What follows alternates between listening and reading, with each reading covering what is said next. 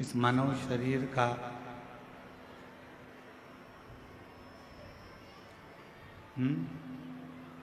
उधर आवाज वगैरह नहीं आ रही कहीं पर भी। मानव देह का सबसे बड़ा एक खोट है और वो है उस मानव देह में क्रोध का होना।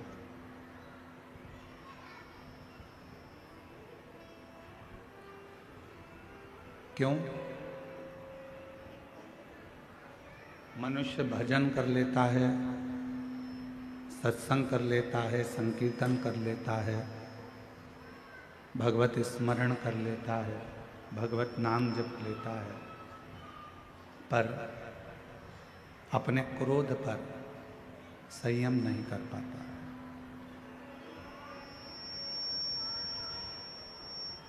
और वो क्रोध है वो जो क्रोध है वो व्यक्ति को परमात्मा से दूर कर देता है, भगवान से दूर कर देता है। शिव महापुराण की कथा वर्णन करती है, शिव कथा कहती है कि सबसे पहला यदि शिव को पाने का कोई कार्य करना है, भगवान शंकर को प्राप्त करने के लिए यदि कोई कार्य यदि अपने को करना है तो अपने क्रोध को थोड़ा संयमित करना पड़ेगा, क्रोध को थोड़ा संयम में करना पड़ेगा।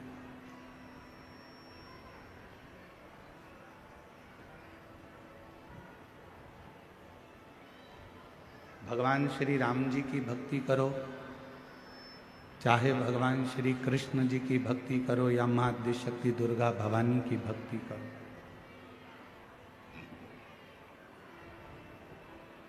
या भगवान देवाधिदेव महादेव की भक्ति करो,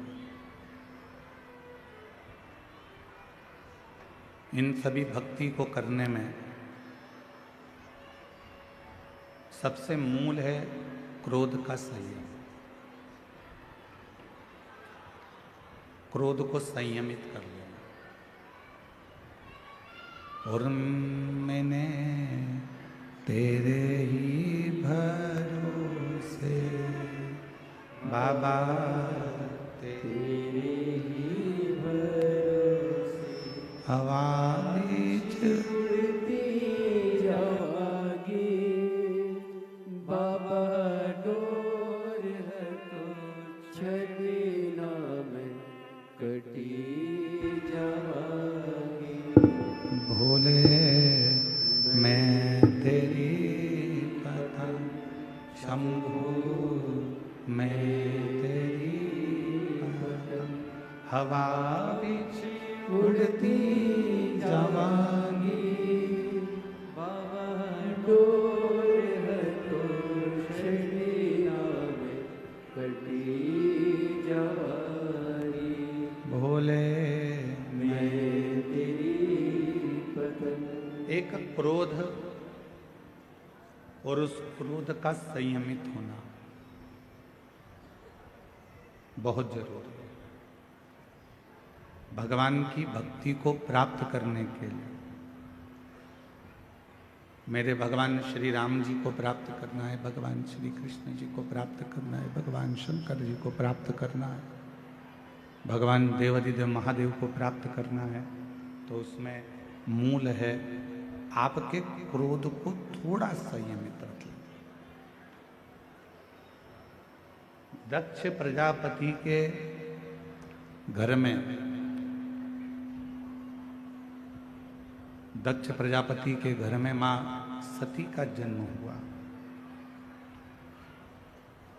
दक्ष प्रजापति के घर में मां सती का प्रागट्य हुआ।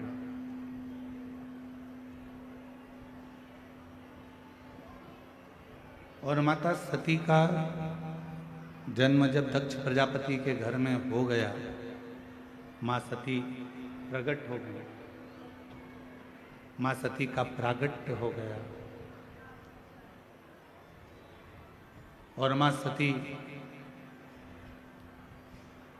जब दक्ष प्रजापति के घर में जन्म ले लेती हैं, प्रकट हो जाती हैं, जन्म धारण कर लेती हैं, प्रागट्य उनका हो जाता है। भगवान देवादिदेव महादेव की वो अर्धांगिनी भी बन जाती हैं। पर अर्धांगिनी बनने के साथ में एक काम मां सती नहीं कर पाई, अपने क्रोध को संयमित नहीं कर पाई। अपने क्रोध को वो काबू में नहीं कर पाई। मेरी जीजियों, मेरे जीजाओं, मेरी बेटियों बेटाओं, मेरी माताओं, मेरे बुजुर्ग माता पिता, एक बात का स्मरण अपने भीतर रखिएगा, अपने अंदर इस बात को उतार कर रखिए कि परमात्मा को पाने के लिए सबसे ज्यादा जरूरी है अपने क्रोध का थोड़ा सा त्याग। अपने क्रोध को थोड़ा सा छोड़ देना, अपने क्रोध को थोड़ा सा त्याग कर देना। शंभो शंभो शंभो शंभो शंभो शंभो शंभो शंभो। अपने क्रोध को थोड़ा सा दूर कर दें। अब अपन सोचें कि क्रोध दूर कैसे होगा, क्रोध को हम दूर कैसे रख सकते। क्रोध समाप्त नहीं होगा। आप सोचो कि क्रोध समाप्त हो जाए तो क्रोध समाप्त नहीं होगा।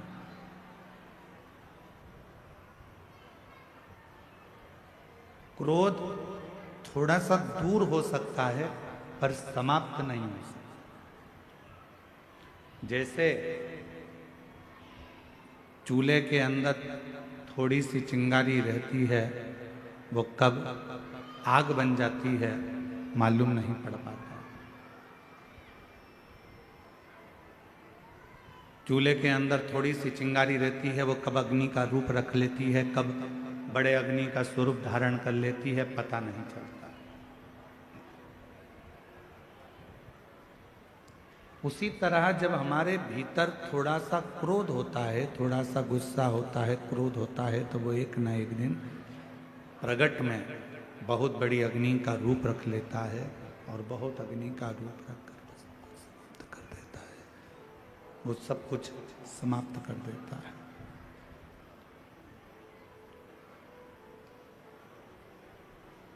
इसलिए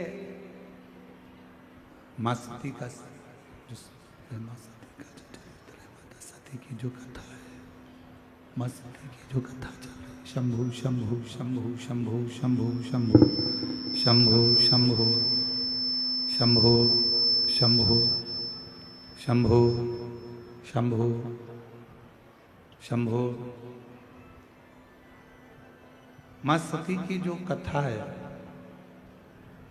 मां सती का जो चरित्र है, वो हमको ये दर्शन करा देता है कि हमें मां सती भगवान शिव जी के करीब में रही, पास में रही, नजदीक में रही, उसके बाद भी मां सती क्रोध को काबू नहीं कर पाई।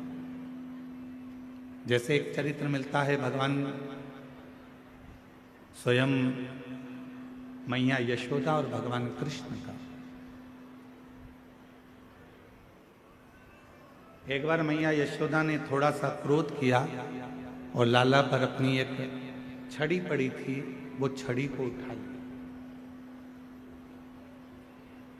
और भगवान कृष्ण मैया यशोदा जी से बहुत दूर रहे। कहते हैं 1 दिन 2 दिन 3 दिन तक भगवान कृष्ण अपने बाबा नंदराय जी के पास में जाकर विश्राम किया, मैया के पास ना। क्यों? क्योंकि मैया यशोदा जी ने वो छड़ी अपने पास में रखी। मेरा परमात्मा आपके करीब में कब आता है? जब आपका क्रोध दूर हो जाता है। और जैसे ही क्रोध आपका दूर हुआ, परमात्मा आपके करीब में आ गए, भगवान आपके नजदीक में आ गए। इसलिए जरूरी है कि भजन करते समय, तप करते समय, साधना करते समय, व्रत करते समय, उपवास करते समय, भगवान का स्मरण करते समय अपने भीतर कितना भी क्रोध आए उस क्रोध को थोड़ा सा दूर कर दे। समाप्त नहीं हो सकता। आप सोचो कि हमारा क्रोध हमारे भीतर समाप्त हो जाए तो वो नहीं। आप सोचो कि मेरा गुस्सा पूरा समाप्त हो जाए तो वो नहीं हो सकता। वो होगा नहीं, परंतु उसको कंट्रोल किया जा सकता, उसको संयमित किया जा सकता।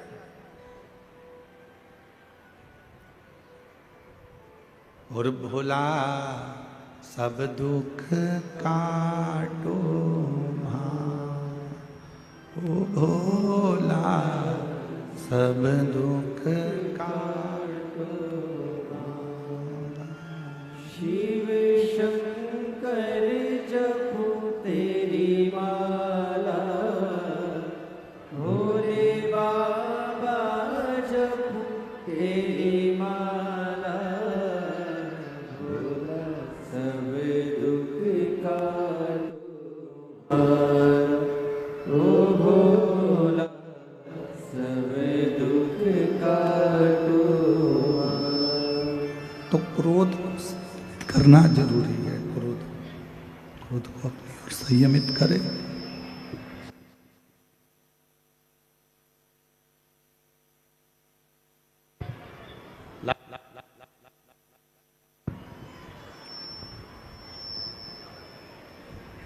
माँ सती, माँ जगत जननी जगदम्बा अम्बा, माँ भवानी, माँ दुर्गा, माता सती जब मंगल विवाह माता सती का हुआ और सती जी का विवाह होने के बाद भगवान शिव माँ सती को नंदी पर बिठाकर कुंभज बाबा के आश्रम में कथा श्रवण कराने के लिए लेकर जा। थोड़ा ध्यान दीजिएगा कथा पर।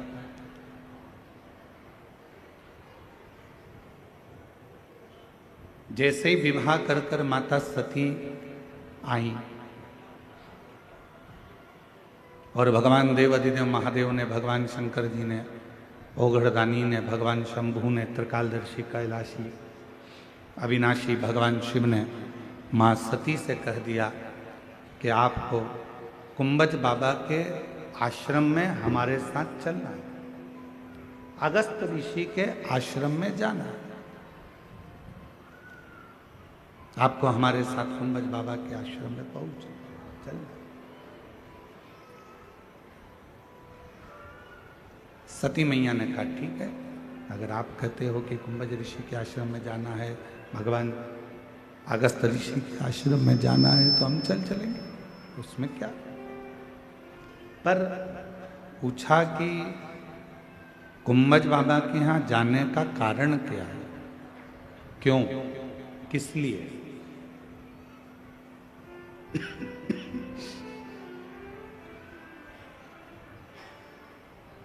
हम क्यों कुंभज बाबा के यहाँ जाए, कुंभज ऋषि के यहाँ जाने का कारण क्या है। तो भगवान देवाधिदेव महादेव ने कहा सती, कुंभज ऋषि के यहाँ हमें इसलिए जाना है क्योंकि हम वहाँ बैठकर थोड़ी सा भगवान की चर्चा कर सकें, भगवान का नाम उच्चारण कर सके, थोड़ा सा भगवत भजन कर सके, थोड़ा सा मंत्र जाप कर सके, थोड़ा सा नाम कीर्तन कर सके, इसलिए कुंभज ऋषि के आश्रम में जाते।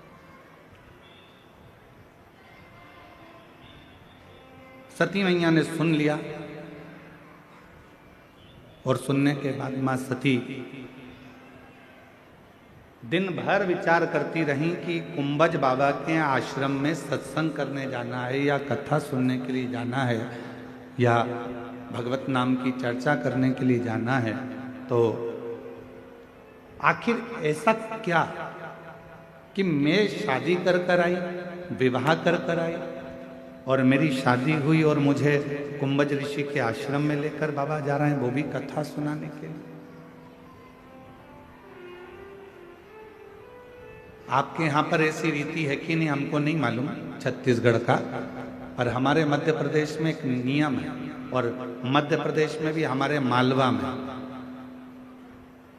एक नियम है कि जब घर में बहू आती है तो बहू आने के बाद में घर में सत्यनारायण भगवान की कथा होती है। जितेंद्र जी, आपके इधर भी ऐसा होता होगा, चलता है इधर भी ऐसा? साधुता है फिर तो आनंद है, शिव कृपा। तो हमारे यहाँ एक ऐसा नियम है हमारे मालवा क्षेत्र का, मध्य प्रदेश का, कि जब विवाह हो जाता है, घर में बहू आ जाती है, तो घर में सत्यनारायण की कथा होती है। अब किसी ने पूछा कि गुरुजी, ये सत्यनारायण भगवान की कथा का क्रम कहाँ से चालू हुआ? तो हम उनको कहते हैं कि भगवान शंकर जी विवाह कर कर आए थे माता सती के साथ, और वो भी कथा सुनने के लिए गए थे। इसलिए उस दिन से नियम चालू हुआ कि जब घर में मंगल कोई कार्य होता है तो भगवान की कथा जरूर हो, भगवान की कथा जरूर।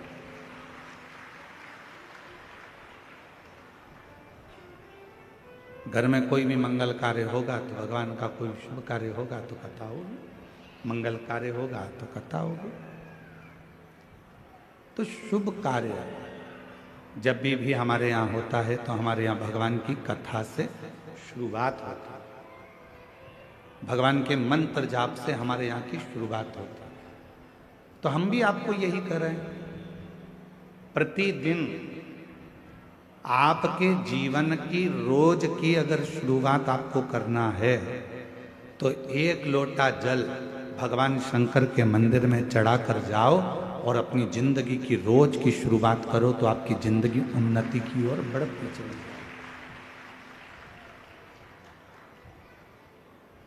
प्रतिदिन का एक नियम बनाओ कि मुझे भगवान देवाधिदेव महादेव पर एक लोटा जल समर्पित करना है।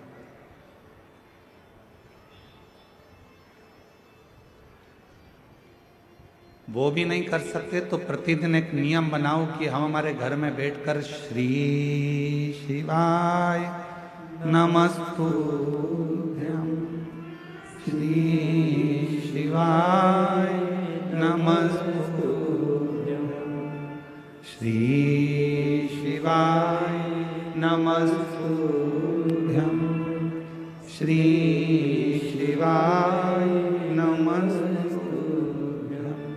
अगर बन सके तो एक नियम कोई सा भी धारण कर लो कि हम शिव के मंदिर जाएंगे, जल चढ़ाएंगे, श्री शिवाय नमस्तुभ्यम का जप करेंगे, भगवत नाम का कीर्तन करेंगे, मंत्र जाप करेंगे, या भगवान के मंदिर में जब समय मिल जाएगा तो हम झाड़ू लगा लेंगे, थोड़ी सी पोछा लगा लेंगे, थोड़ी सफाई कर लेंगे। ऐसा नियम अपने जीवन में बनाओ। ऐसा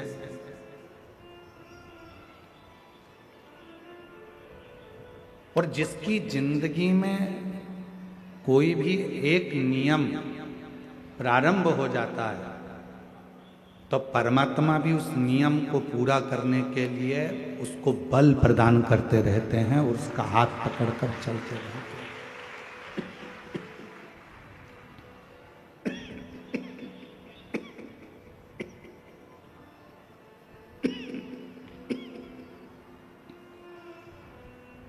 भगवान भी उसका हाथ पकड़कर उसको बल प्रदान करते हैं और उसको साथ लेकर चलते हैं।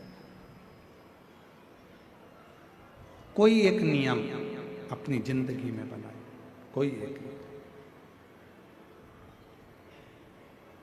माता पिता को चाहे प्रणाम करने का नियम हो, गौ माता को चाहे एक रोटी देने का नियम हो, चाहे तुलसी जी की परिक्रमा का नियम हो, चाहे बेलपत्र के पूजन का नियम हो, चाहे शिव जी के मंदिर में झाड़ू पोछे का नियम हो, चाहे भगवान शंकर के मंत्र जाप का नियम हो, चाहे एक लोटा जल का नियम हो, कोई भी एक नियम हम जब बनाएंगे तो उसको पूर्ण हमारा देव अधिदेव महादेव करेगा, भगवान शंकर करेगा।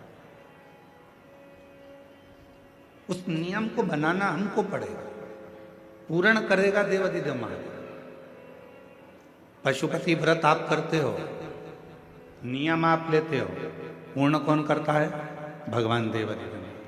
16 सोमवार का व्रत आप करते हो, 16 सोमवार के व्रत का नियम आप लेते हो, पूर्ण कौन करता है? देवाधिदेव महादेव। नवरात्रे का व्रत आप करते हो, नवरात्रे में देवी जी की आराधना आप करते हो, पूर्ण कौन करता है? देवाधिदेव महादेव। शिव महापुराण के उमा संहिता में वर्णन आता है कि जितने व्रत, जितनी साधना, जितने नियम पृथ्वी पर रहने वाला मनुष्य जब करता है तो उन व्रतों को पूर्ण करने का बल स्वयं देव अधिदेव महादेव देते हैं और उस व्रत को पूर्ण करवा देते हैं।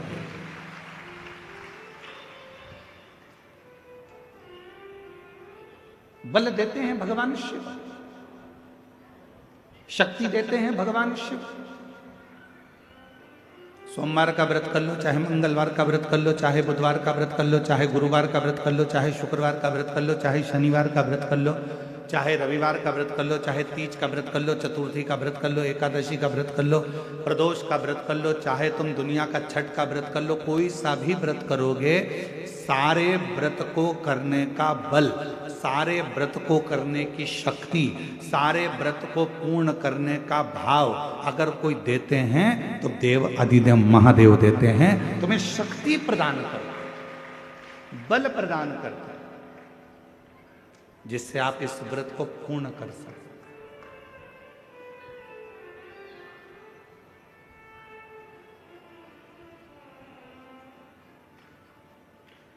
और वो शक्ति कोई दूसरी जगह से नहीं मिलेगी, वो शक्ति मिलेगी आपको एक लोटे जल से, वो शक्ति मिलेगी आपको भगवान शंकर की अविरल भक्ति से, वो शक्ति मिलेगी आपको भगवान के भजन से, भगवान के मंत्र जाप से, भगवान के स्मरण से।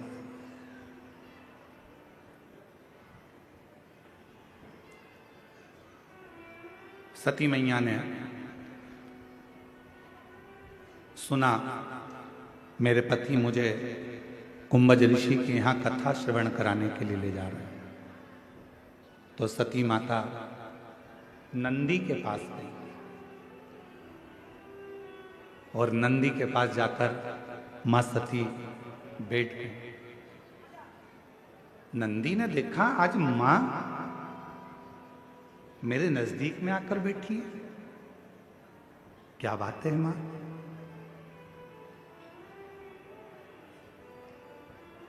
आज मां सती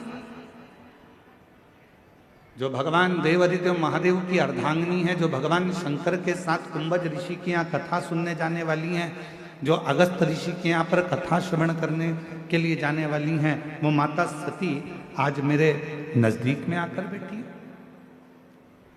हम भी आपको कहते हैं जब जिंदगी में थोड़ी सी भी तकलीफ हो, थोड़ा सा भी कष्ट हो, थोड़ी सी भी अगर दुख हो तो शिव जी को जल चढ़ाओ, बेलपत्र चढ़ाओ, और कोई मन में अगर दुख है तो नंदी के पास 2 क्षण बैठकर अपने मन की बात नंदी से जरूर कहो।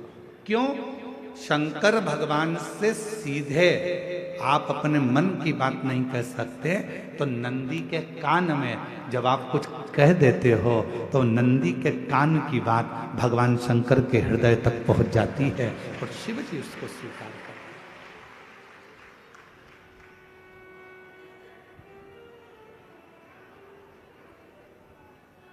भगवान देव अधिदेव महादेव उसको स्वीकार करते, भगवान शंकर उसको स्वीकार करते। किसी के यहाँ पर जब बच्चे नहीं होते, 10 साल हो गए, 15 साल हो गए, 20 साल हो गए, 25 साल हो गए, 30 साल हो गए, मन से हिम्मत मत हारना कि मेरे घर बच्चे नहीं है, मैंने इलाज भी करवा लिया, सब दूर चली गई, सारे देवताओं के यहाँ गई, गोदी भी भरवाई, झोली भी भरवाई, नियम भी लिए, बहुत सारा बहुत पूजन पाठ भी कर ली, फिर भी मेरे घर में बच्चे नहीं है, तो दुखी मत हो, टेंशन मत ले। रजो धर्म का जब 7वां दिन हो तब 7 दिन पूर्ण होने पर बाबा की कृपा से सफेद आंकड़े की जड़ को लो और लाल धागे में उसको उस जड़ को लेकर जाओ और दोनों पति पत्नी मिलकर उस जड़ को निकालकर भगवान तुमरुकेश्वर महादेव का नाम लो, तुमरुका जी का नाम लो, जिन्होंने शिव महापुराण की कथा को जनमानस को सुनाया।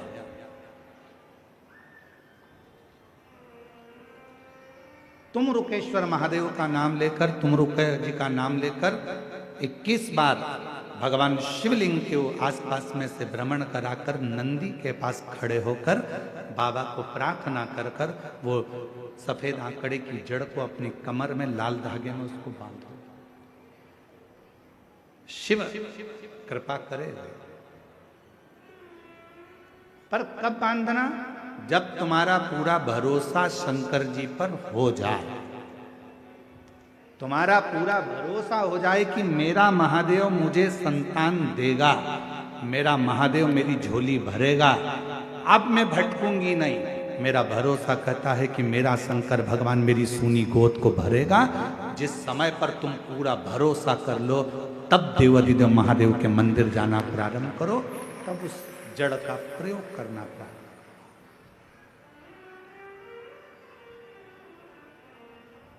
तब उस जड़ का प्रयोग करो। अब तुम विश्वास तो मन में है नहीं, और मालूम पड़ा कि सफेद आंकड़े की जड़ भी ले ली और कमर में बांध भी ली, सब काम कर लिया, और उसके बाद भी बच्चा नहीं हुआ। तो तुमने कहा मैंने तो बांधी थी और बच्चा ही नहीं हुआ। मतलब तुम भरोसा नहीं कर पाई थी, विश्वास नहीं कर पाई थी।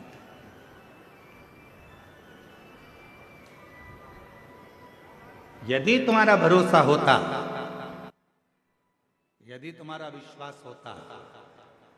कई लोग कहते हैं गुरुजी, शिवजी के मंदिर में शंकर जी के शिवलिंग के सामने जो नंदी रहता है वो तो पत्थर का, वो पाषाण का। क्या पत्थर का नंदी भी हमारे मन की बात को सुनता? क्या पत्थर का नंदी भी हमारे विचारों को श्रवण करता? क्या पत्थर का नंदी भी हमारे भाव को सुनेगा? क्यों नहीं सुनेगा?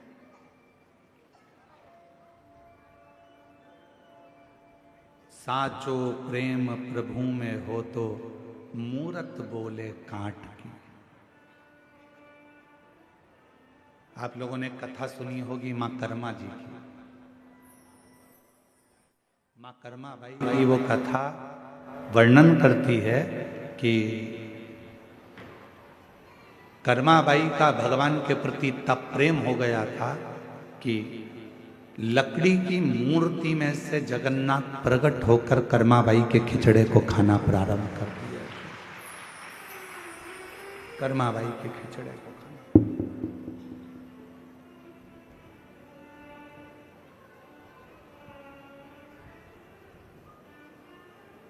और साचो प्रेम प्रभु में हो तो, अरे मूरत बोले काट की, जीमो मारा श्याम धनी, जिमावे बेटी जाट की, जिमावे बेटी जाट की।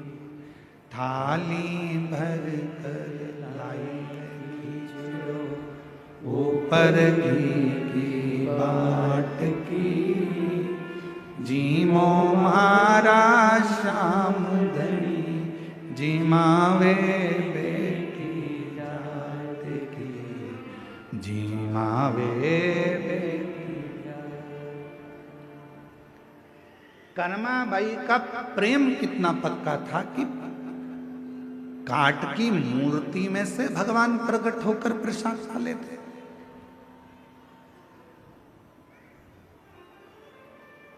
कर्माबाई का प्रेम कितना प्रबल हो गया था कि पत्थर की मूर्ति में भी भगवान सामने खड़े होकर भोग लगा लेते।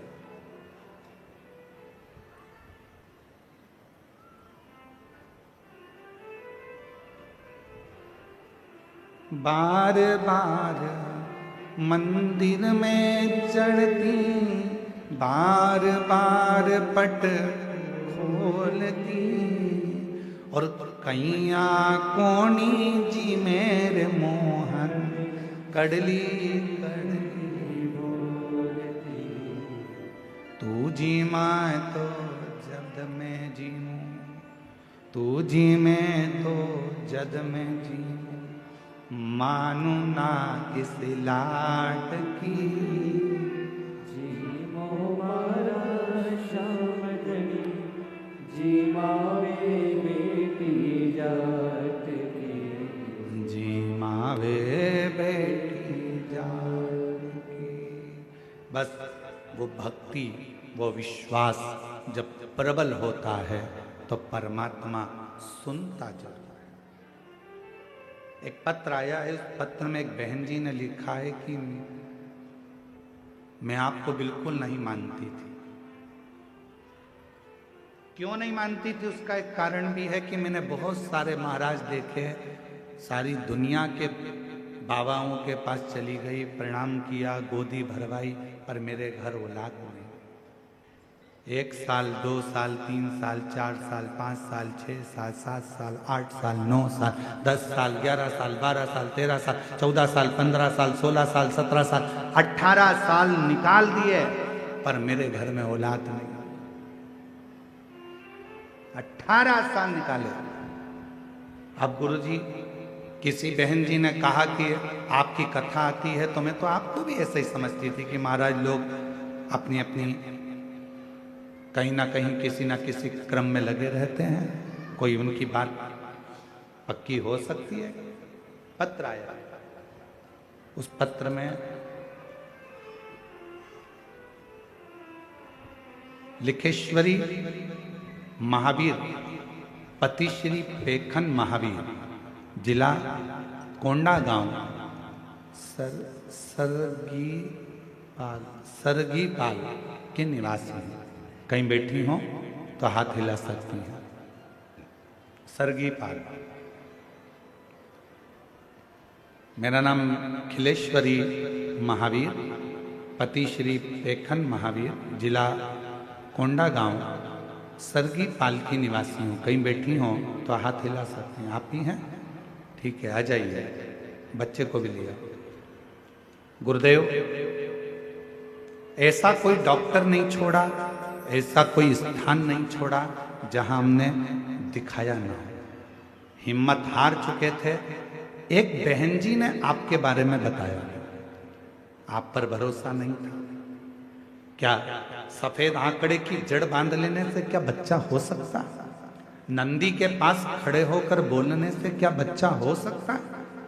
फिर भी मेरे पति बोले कि एक बार वो सियोर वाला बाबा कहता है तो उस पर भरोसा कर कर बांधने में क्या जाता है। हमने सफेद आंकड़े की जड़ को बांधा और पशुपतिनाथ का व्रत किया, पंडाल में बैठकर कथा श्रवण करी, वहाँ की मिट्टी को पेट पर लगाया और बाबा की कृपा से मेरा गर्भ ठहरा। और 18 साल के बाद 1 मई 2025 को मेरे घर में संतान की प्राप्ति। 18 साल के बाद, 18 वर्ष के बाद मेरे घर में औलाद हुई है।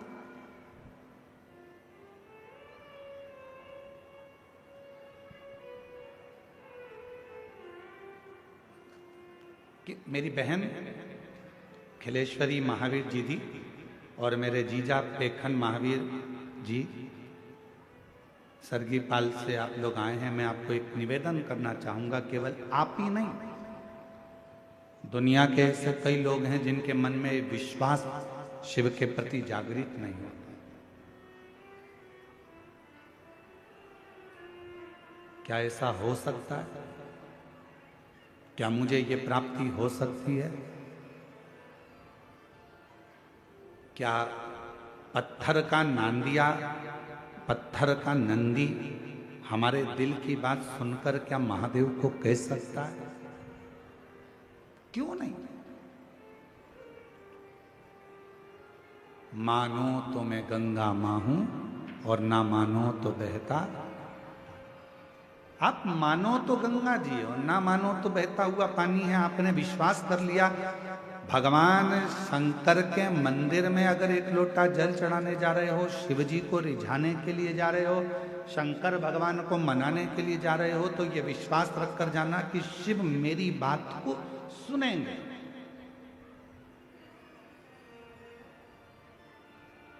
ओघड़दानी भगवान शंकर मेरे विश्वास पर, मेरे भरोसे पर दड़ी रहे और मेरा बाबा मेरी झोली भरेगा।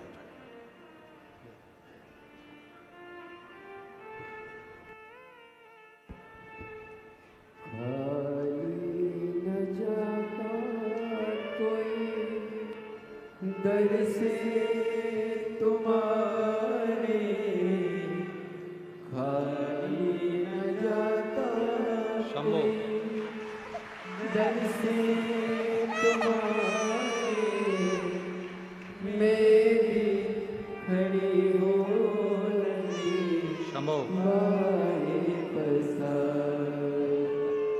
अपने हृदय से लगा लो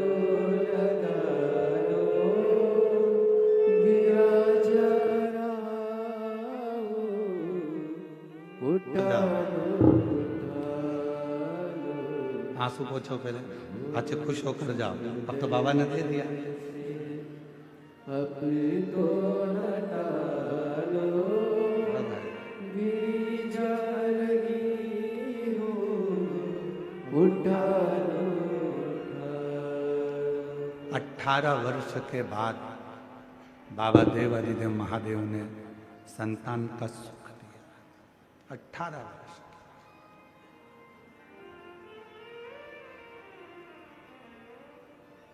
वो लिख रही हैं कि मेरा विश्वास नहीं था, क्योंकि मैंने सब दूर जाकर देख लिया, ऐसा कोई नहीं है जिसके दरवाजे पर मैं गई नहीं, सब दूर।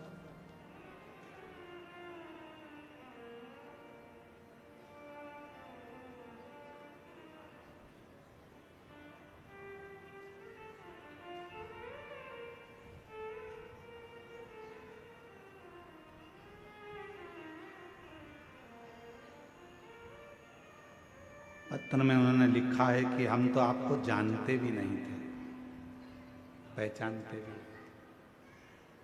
बस किसी के कहने पर, किसी के मुख से श्रवण कर लिया, किसी के मुख से,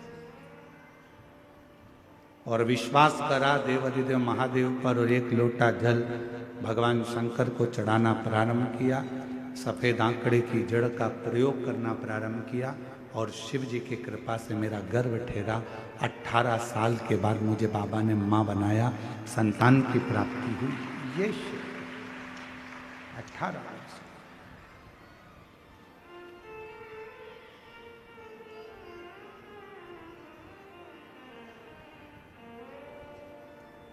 मां आद्यशक्ति माता सती नंदी के पास जाकर बैठी है। क्यों?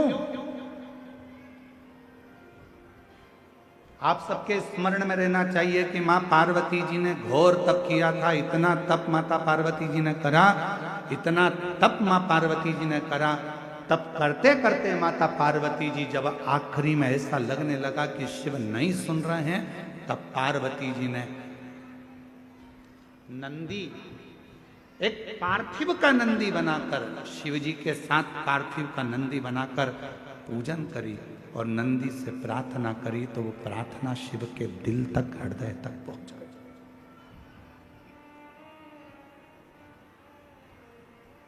जैसे एक बेलपत्र, जैसे एक बेलपत्र, चाहे वो किसी भी अवस्था की हो,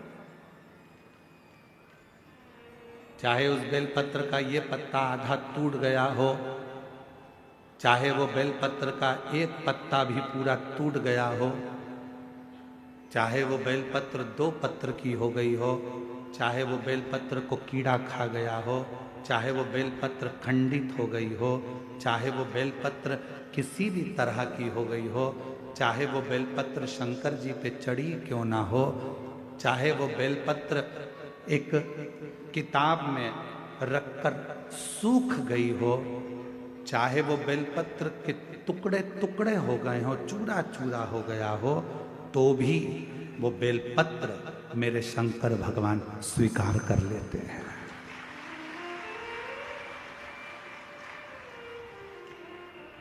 तो भी मेरे शिव स्वीकार कर लेते हैं।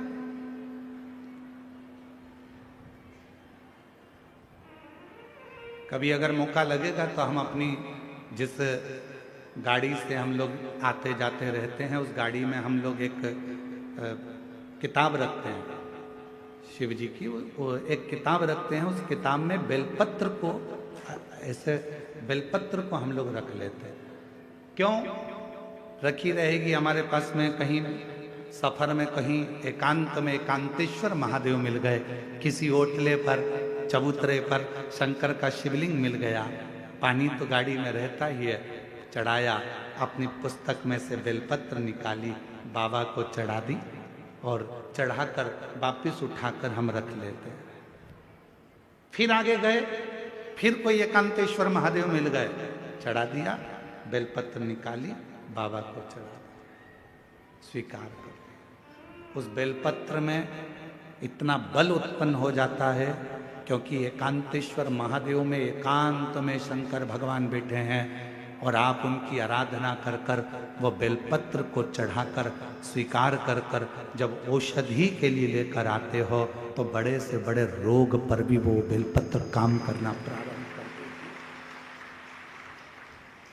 वो बेलपत्र, अब कई माताएं यहाँ पर आती हैं, कई माताएं हमारे पास में यहाँ पर आती हैं, जिनका नाम हम पुकारते हैं वो आती हैं, हम बेलपत्र देते हैं तो किसी किसी की बेलपत्र टूटी हुई रहती है, खंडित रहती है, तो माता कहती है तो खंडित है गुरुजी, दूसरी दे दो।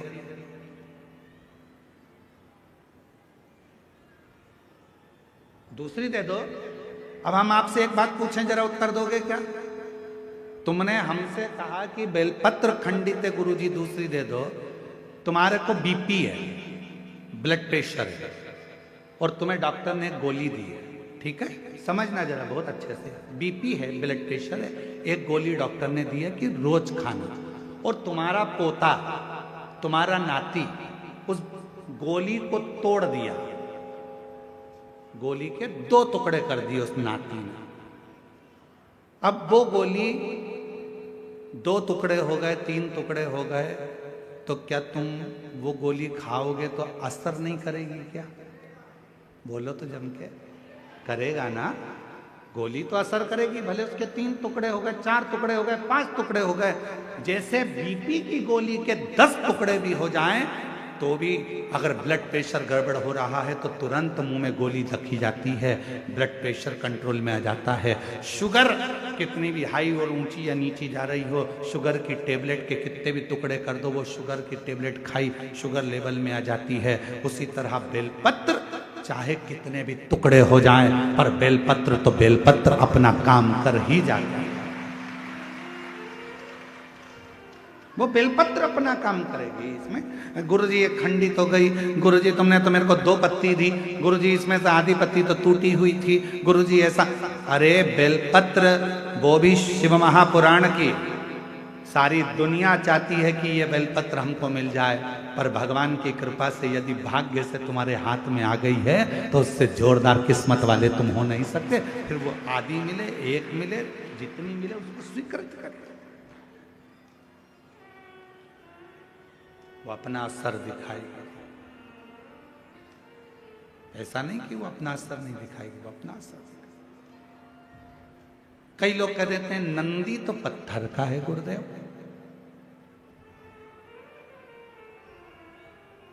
ये हम ही लोग तो विचार कर कर लोगों को सीख देते हैं कि नंदी पत्थर का है। ना ना ना ना, शिव जी के मंदिर में जो नंदी मंदिर के बाहर बैठा हुआ है, तुम्हारी भूल है जो तुम उसे पत्थर का मान रहे हो। उस नंदी के पास बैठकर कितना भी बड़ा दुख हो, थोड़ी देर उसके पास बैठकर अपने दुख को कहना प्रारंभ करना, 15 दिन इंतजार करना, 16वें दिन तुम्हारा दुख कटना प्रारंभ हो जाएगा। किसी से नहीं किया तुमने, ना अपने रिश्तेदार से, ना नातेदार से, ना कुटुंबी से, ना कबीले में, ना परिवार में, ना रिश्तेदारों से, ना अपनों से, किसी से अपना दुख नहीं कहा। केवल दुख कहा तो भगवान देवादिदेव महादेव के नंदी से कहा, और नंदी से तुमने तो कहा था पत्थर के नंदी से। फिर शिव जी तक बात कैसे पहुंची, दुख कैसे कटा?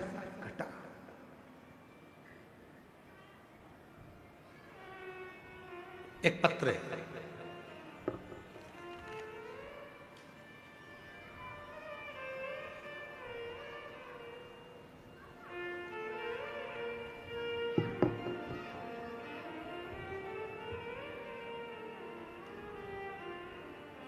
भारती शर्मा, महासमुंद, छत्तीसगढ़ की निवासी हैं। कहीं बैठी हो भारती शर्मा जी तो हाथ हिला सकती हैं। मेरा नाम भारती शर्मा है, मैं महासमुंद छत्तीसगढ़ की निवासी हूँ। कहीं बैठी हो तो हाथ हिला सकती हैं। गुरुदेव आप ही हैं? श्री शिवाय नमस्ते, आ जाओ। पिछले वर्ष आपकी धमतरी में शिव महापुराण की कथा में हम सम्मिलित हुए, जिसमें मैंने बाबा से अपने बेटे के लिए छत्तीसगढ़ पीएससी में लगातार 3 से 4 बार परीक्षा में कुछ नंबरों से चूक रहा था बेटा, और उसका सिलेक्शन नहीं हो रहा था। हमने सुना था किसी के मुख से कि शिव महापुराण कथा के पंडाल में बैठकर यदि कुछ मांगा जाता है तो वो मिलता है। हम पहले विश्वास नहीं करें, फिर मेरे बेटे को और मेरा परिवार, मेरे पति, हम सब कथा के पंडाल में धमतरी पहुंच गए। पंडाल में बैठकर हमने हमारे बेटे के लिए मांगा कि मेरे बेटे का पीएससी सिलेक्शन हो जाए, और बाबा की ऐसी कृपा हुई गुरुदेव। दुनिया के लोग कहते होंगे क्या कथा के पंडाल में बैठकर बाबा झोली भरते हैं? मैं छाती ठोककर कहती हूँ कि धमतरी की कथा में मैंने मांगा, और बाबा की कृपा से आज मेरे पुत्र का डीएसपी के पद पर चयन हो गया। मैं बाबा को यहाँ प्रणाम करने, आज मेरा बेटा डीएसपी बन गया। मैं बाबा को यहाँ प्रणाम करने के लिए आई, शिव को नमन करने के लिए आई। शिव शिव है।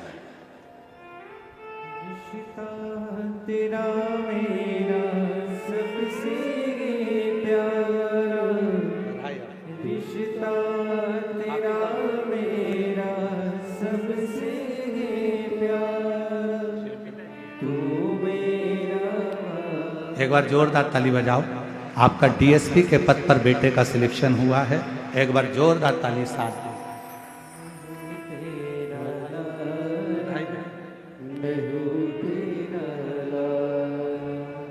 तू मेरा बाबा, मैं हूँ तेरा लाला, मैं हूँ तेरा लाला। रिश्ता तेरा मेरा सबसे प्यारा, रिश्ता तेरा मेरा सबसे प्यारा, तू मेरा लाला, मैं हूँ तेरा लाला, मैं हूँ तेरा लाला। विश्वास जब प्रकट होता है तो शिव साथ देता है। अगर भरोसा ही नहीं है तो फिर शिव कैसे साथ? मेरी जीजियों, मेरे जीजाओं, मेरी बेटियों, बेटाओं, मेरी माताओं, मेरे बुजुर्ग माता पिताओं, आप सभी को मैं नमन कर कर एक बात कहूं। भले ये छोटा सा कांकेर जिले का ये छोटा सा गांव है, कच्चे गांव, पर इस कच्चे गांव में आप पंडाल में बैठकर जो कथा श्रवण कर रहे हो और अपने दिल की जो बात कह रहे हो, हमारा विश्वास कहता है अगली कथा जब गीतम में होगी, दंतेवाड़ा जिला के अंतर्गत 7 दिसंबर से 13 दिसंबर, हमारा विश्वास कहता है कि आप में से कई भक्त ऐसे होंगे जिनकी झोली मेरा बाबा खुशियों से भर दिया हो।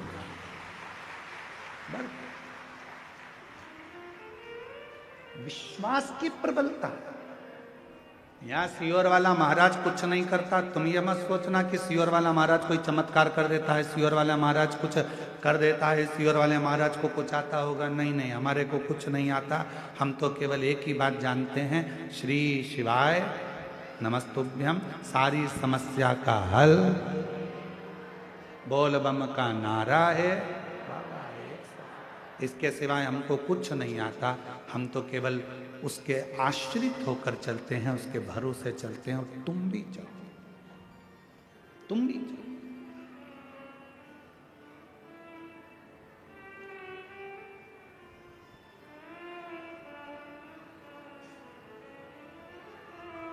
कितना विश्वास अब शिव जी पे करें। शंकर भगवान के मंदिर में बैठे हुए नंदी को अगर तुम पत्थर का मान रहे हो तो तुम्हारा विचार, तुम्हारी सोच, तुम्हारी बुद्धि पत्थर की।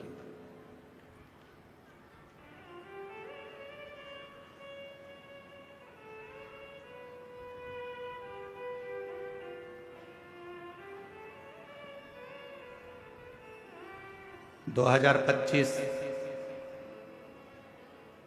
का ये नवंबर का महीना चल रहा है और दिसंबर का महीना आएगा।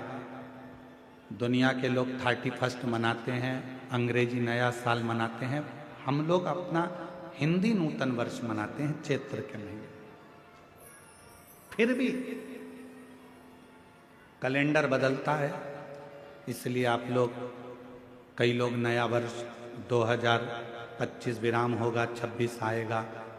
बहुत लोग कुबेरेश्वर धाम से अपने नए वर्ष की शुरुआत करते हैं। 31 को लोग दिसंबर में सीहोर पहुंचते हैं, कुबेरेश्वर बाबा की रात को जल चढ़ाते हैं और 1 जनवरी को देवाधिदेव महादेव की आराधना और साधना करते हैं और अपने नए साल की शुरुआत करते हैं। हमने देखा है जो आए, जिन ने 31 पर रात्रि को जल चढ़ाया, 1 तारीख को बाबा का साथ में अपना नूतन वर्ष मनाया, 1 जनवरी जिन्होंने मनाई, हमने उनकी जिंदगी में देखा कि उनके जीवन में कभी संपदा की कमी तो नहीं आई। कुबेर भंडारी उनके साथ पूरे साल तक उनके साथ में चलता है, वर्ष भर चलता।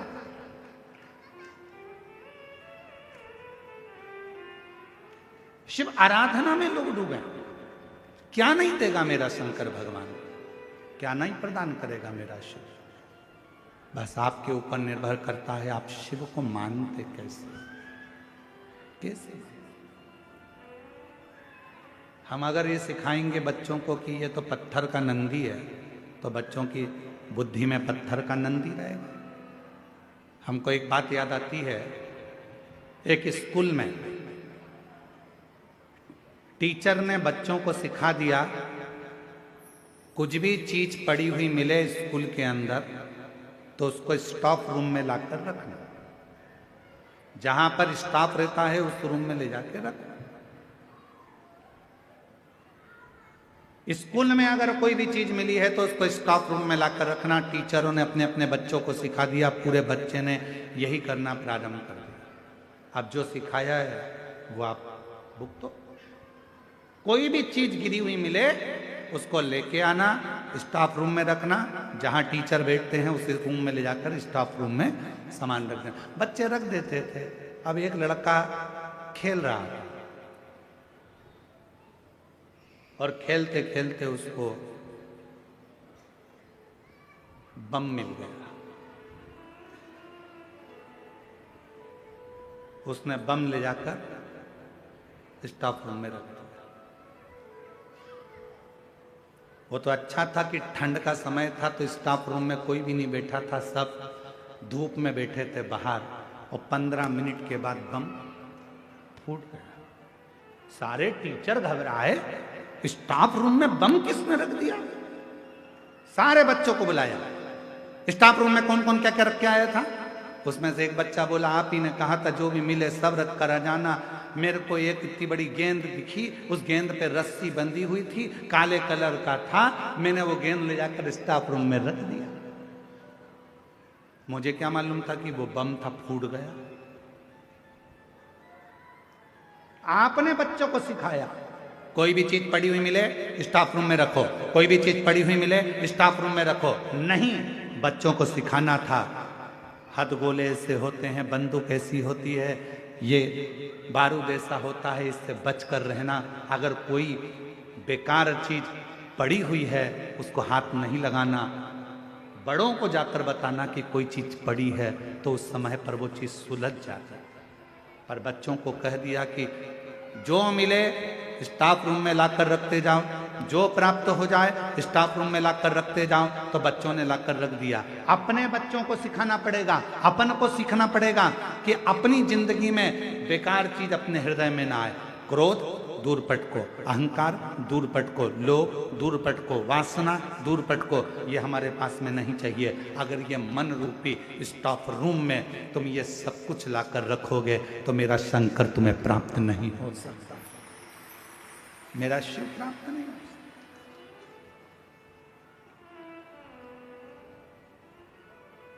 सीख लो, अच्छी लो। और जब अच्छी सीख जिंदगी में प्राप्त होती है तो वह हमारे जीवन को सुखमय बनाती है। सुखमय।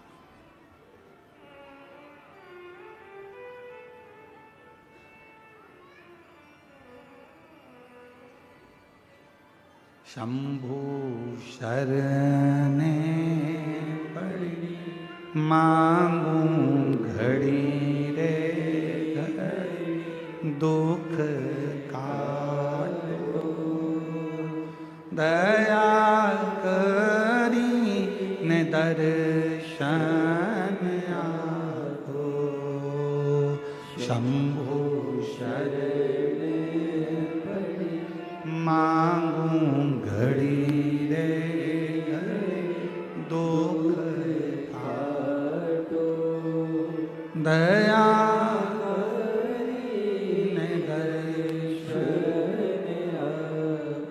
न काम हमारे भीतर आए, ना लोभ, ना आसक्ति, ना वासना, तृष्णा, मोह, ये सब सब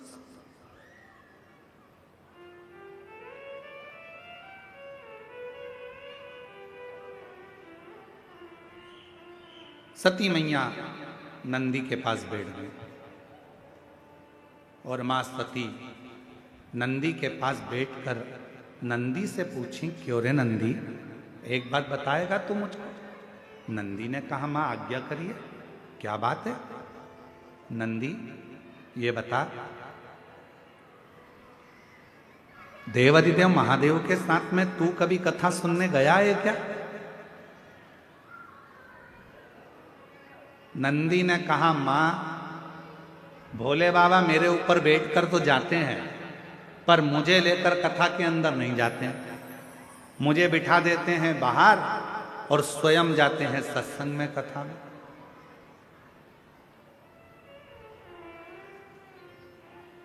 आप लोगों में से कितने लोग हैं जो अमरनाथ जी गए? अमरनाथ कोई गया हो तो हाथ उठाओ जरा। 1 2 3 4 5 6 7 8 9, बहुत सारे होंगे जो अमरनाथ जी दर्शन करने के लिए जाते हो तो आप देखते होंगे कि बीच में एक स्थान ऐसा आता है जहां बाबा ने अपना नाक छोड़ दिया, बीच में एक स्थान ऐसा आता है जहां बाबा ने अपना नंदी छोड़ दिया, बीच में एक स्थान ऐसा आता है जहां बाबा ने अपनी गंगा छोड़ दी। केवल देवादिदेव महादेव अमरनाथ जी की गुफा में अकेली माता पार्वती को अमर कथा श्रवण करा रहे हैं, बाकी के सबको बाबा ने बाहर छोड़ दिया, सबको बाहर छोड़ा बाबा। कथा तो माता सती जी ने पूछा, क्या नंदी तुमने कभी शंकर जी के साथ बैठकर कथा सुनी? नहीं, मुझे तो बाहर छोड़ देते, वो अंदर कथा सुनते हैं, मुझे बाहर छोड़। तो सती माता ने कहा, तुमने कभी कथा नहीं सुनी? नहीं।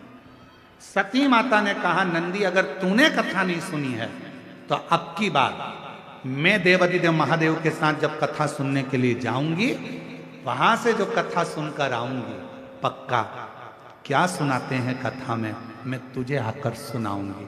ठीक है। नंदी खुश हो गए। नंदी ने कहा माँ बड़ी कृपा करी आपने, जो मुझे कथा सुनाओ गया। हाँ तुझे कथा सुनाओ, तुझे।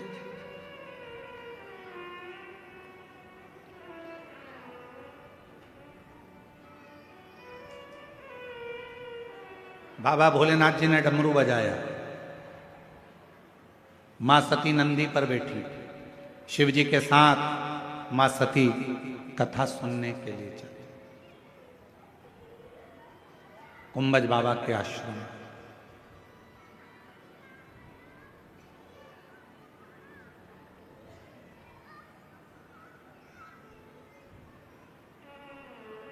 कुंभज बाबा के आश्रम।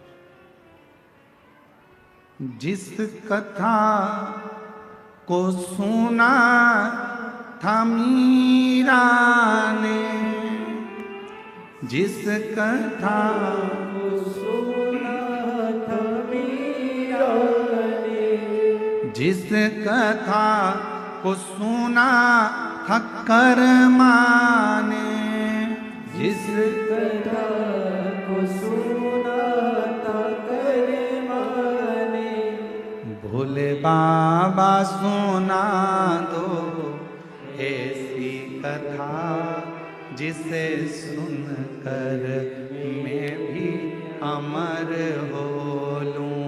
मेरे बाबा सुना दो ऐसी कथा जिसे सुनकर मैं भी अमर हो लूं। भोले बाबा सुना दो ऐसी कथा जिसे सुनकर मैं भी अमर हो लूं। भोले बाबा सुना दो ऐसी कथा जिसे सुनकर मैं भी अमर हो, जिसे सुनकर मैं भी अमर हो लूं। जिसे सुनकर मैं भी अमर हो, ओ जिसे सुनकर मैं भी अमर हो लूं। जिसे सुनकर मैं